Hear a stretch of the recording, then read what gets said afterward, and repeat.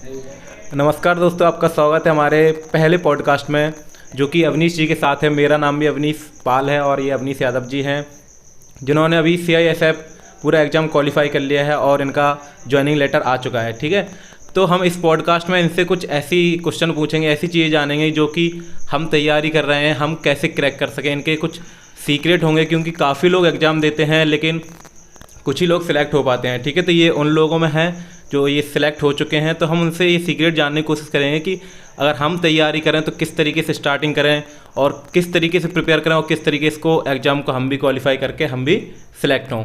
तो सबसे पहले जानना चाहूँगा कि आपका ज्वाइनिंग लेटर आ गया, कब आपकी भर्ती ज्वाइनिंग होनी है? मेरा ज्वाइनिंग लेटर कल ही आया है और मेरी 23 दिसंबर 2022 को ज्वाइनिंग है छत्तीसगढ़। अच्छा, ये 23 दिसंबर को जाएंगे ज्वाइनिंग के लिए। और कहाँ जा रहे हैं आप? जी, भिलाई छत्तीसगढ़। और अपने मध्य प्रदेश के जो बगल से है छत्तीसगढ़, भिलाई, वहाँ इनकी पोस्टिंग है CISF में। ठीक है, तो हम इनके शुरू से स्टार्टिंग करते हैं कि इनने किस तरीके से इसका एम बनाया। इसके एम बनाया था, किसी और का एम बनाया था? क्या आप शुरू से, क्या इसी का एम था? आपका लक्ष्य क्या था शुरू से तैयारी करने का? जी भैया, लक्ष्य तो मेरा CGL का था जी, लेकिन क्या है कि एक लाइफ में सेटल होने के लिए एक कोई जॉब अगर निकल जाए तो बस उसी लिए ये एग्ज़ाम डाला और पेपर डाला और इसको मेहनत की और निकल गया। अच्छा, आपने CGL का सोचा था कि CGL करना है, लेकिन साथ साथ में ये रहते हैं कि और भी एग्जाम को ध्यान में रखते हैं, जिससे कि घर परिवार के बोले नहीं कि कुछ कर नहीं पा रहे, क्या नहीं कर पा रहे हो। जी, तो आपने ये ऐसे कैजुअली दिया था इसको। तो आप तैयारी पूरी जो प्रिपरेशन कर रहे थे पूरी CGL की कर रहे थे? नहीं, बीच में मतलब इसका भी था, क्योंकि इसमें काफ़ी अच्छी SSC GD में काफ़ी अच्छी पोस्टें थी और मेरा सपना भी CISF का था, तो वो सपना भी मतलब पूरा हुआ एक तरफ से। और अभी ये है कि मतलब इसको जॉब करते करते आगे की तैयारी।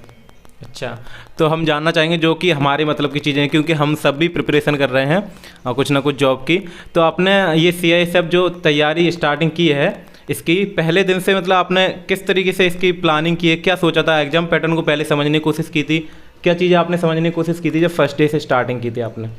जी, मैंने सबसे पहले इसको ये देखा कि मतलब इसमें क्या क्या आता है और कितना हार्ड आता, कितना इजी आता। जी, तो फिर मैंने इसको ये देखा कि जो पेपर आता है उसमें मुझे कितना आता और जो मुझे कितना सीखना है। जी, जी, ठीक है, तो जो मुझे आता है वो तो मुझे पहले से ही आता है, तो उसमें मुझे ज़्यादा एफर्ट लगाने की जरूरत नहीं थी। जी। और जो मुझे नहीं आता और जो मैंने मॉक टेस्ट से मतलब सीखा है, जो मुझे नहीं आ रहा उस पर मैंने मेहनत की। तो पहले आप पेपर को जानिए, इसके बाद उसको तैयारी शुरू की। अच्छा, इनने पहले पेपर को जाना। मैंने सुना है कि आप दिल्ली भी प्रिपरेशन करने गए थे। हाँ, कुछ आपने दिल्ली भी प्रिपरेशन की है। हाँ, तो क्या वो बेस जो वहाँ दिल्ली में बना था, क्या वो इसमें हेल्पफुल रहा है? आपको क्या लगता है उसका कितना क्या महत्व है इसके लिए?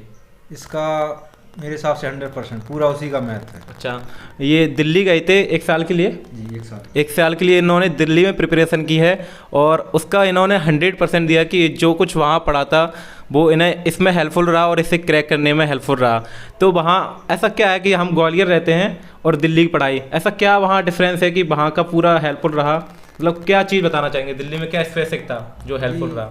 अगर लॉकडाउन से पहले की पूछे जाए तो बहुत सारा अंतर था, लेकिन अगर आप लॉकडाउन के बाद पूछें तो ग्वालियर दिल्ली सेम है, क्योंकि ऑनलाइन ज़माने में आप कहीं भी रहकर पढ़ाई कर सकते हैं। जी, जी, तो वहाँ का जो स्टडी मटेरियल एक शेड्यूल्ड होगा और एक अच्छे प्रॉपर तरीके से समझाया गया होगा।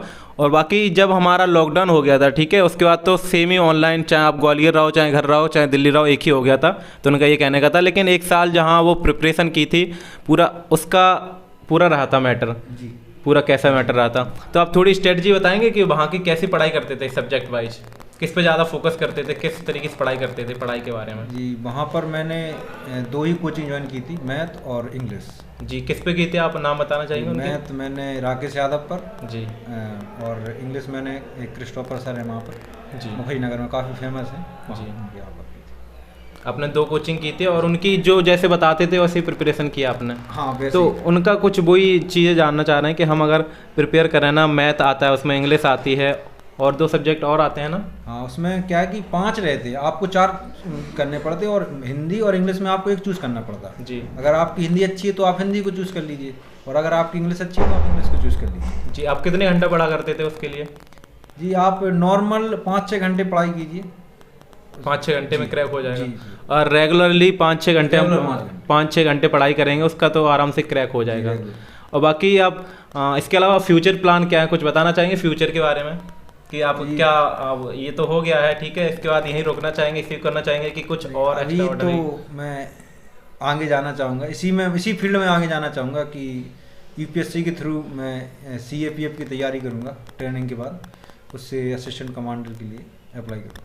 जी, अभी तो यहाँ एक कह सकते हैं एक सीढ़ी की फर्स्ट स्टेज पर चढ़े हुए हैं, अभी ग्रोथ स्टार्ट हुई है, सीएपीएफ के थ्रू असिस्टेंट कमांडेंट बीएसएफ या फिर सीआईएसएफ में आगे ये बढ़ेंगे ठीक है। उसके लिए तो आप उसके लिए क्या स्ट्रेटजी अपनाएंगे, कुछ दिमाग में है?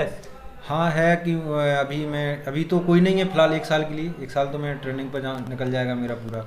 उसके बाद मैं कुछ समय के लिए दिल्ली जाऊँगा, वहाँ से जो उसका स्टडी मटेरियल है वो ला के और अपनी जॉब के साथ पढ़ाई स्टार्ट करूँगा। जी, तो ये थी इनकी जर्नी। और लास्ट टाइम पे चलते चलते हम ऑडियंस के लिए पूछना चाहेंगे जो हम जैसे लोग प्रिपेयर कर रहे हैं एग्ज़ाम्स के लिए, तो किस तरीके से माइंड सेट रखें और किस तरीके से अपने जो पढ़ाई के घंटे होते हैं ना 5 घंटे, उनको किस तरीके से पढ़ें, 2-2 घंटे करके पढ़ें, क्या पढ़ें, वो थोड़ा पढ़ाई की से रिलेटेड चीज़ें बता दीजिए हमें जाते जाते। सबसे पहले तो मैं ये कहूँगा कि कोई भी एग्ज़ाम निकालने के लिए तो आप पहले दिमाग पर टेंशन ना लें जी, मतलब फ्री माइंड आप पढ़ाई कीजिए ठीक है। उसके बाद आप जिस भी एग्ज़ाम की तैयारी कर रहे हो, एसएससी जीडी सीएल कोई भी एग्ज़ाम हो जी, उसका पैटर्न जानिए कि मतलब इसमें ये आता है, क्योंकि अब जब मैंने एग्ज़ाम दिया था उसका पैटर्न अलग था जी, 1.5 घंटे का पेपर होता था, 100 क्वेश्चन आते थे, 100 मार्क का था। अभी क्या पैटर्न चेंज हो गया, 1 घंटे का हो गया, 80 क्वेश्चन 160 नंबर का आ गया। तो अभी आपको देखना टाइम मैनेज कैसे करें आप, ठीक है।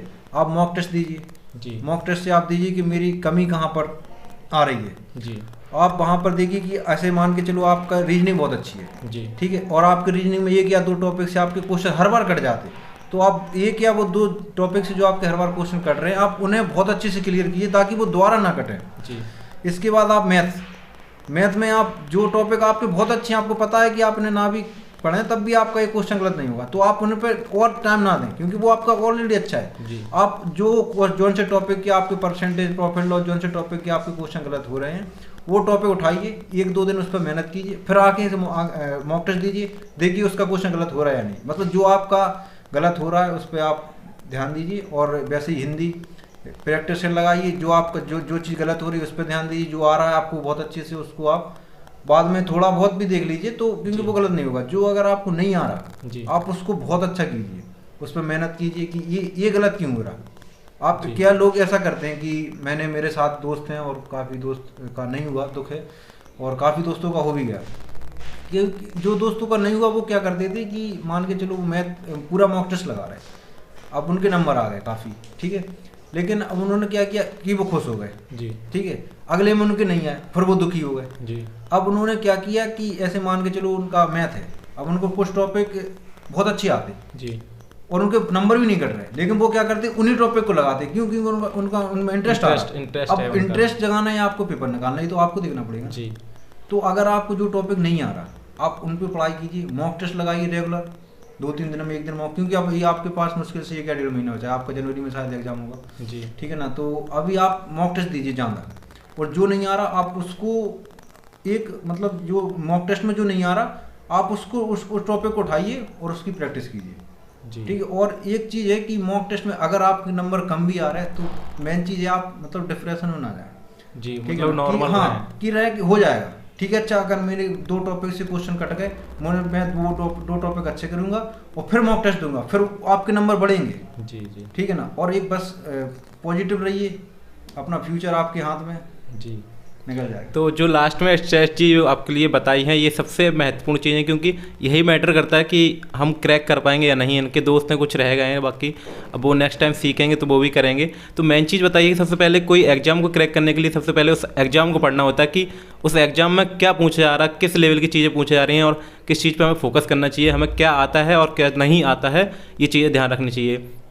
उसके अलावा पढ़ते वक्त इन्होंने बताया कि सैम्पल पेपर लगाएं या क्वेश्चन लगाएं, जो नहीं आ रहे हैं उन पर थोड़ा फोकस करें। ये नहीं कि हमारा इंटरेस्ट है हम वही करते जाएं, क्योंकि हमें एग्जाम क्रैक करना है तो जो एग्जाम रिक्वायर कर रहा है हमें उसकी प्रिपरेशन करनी है। इस तरीके से ना जो लास्ट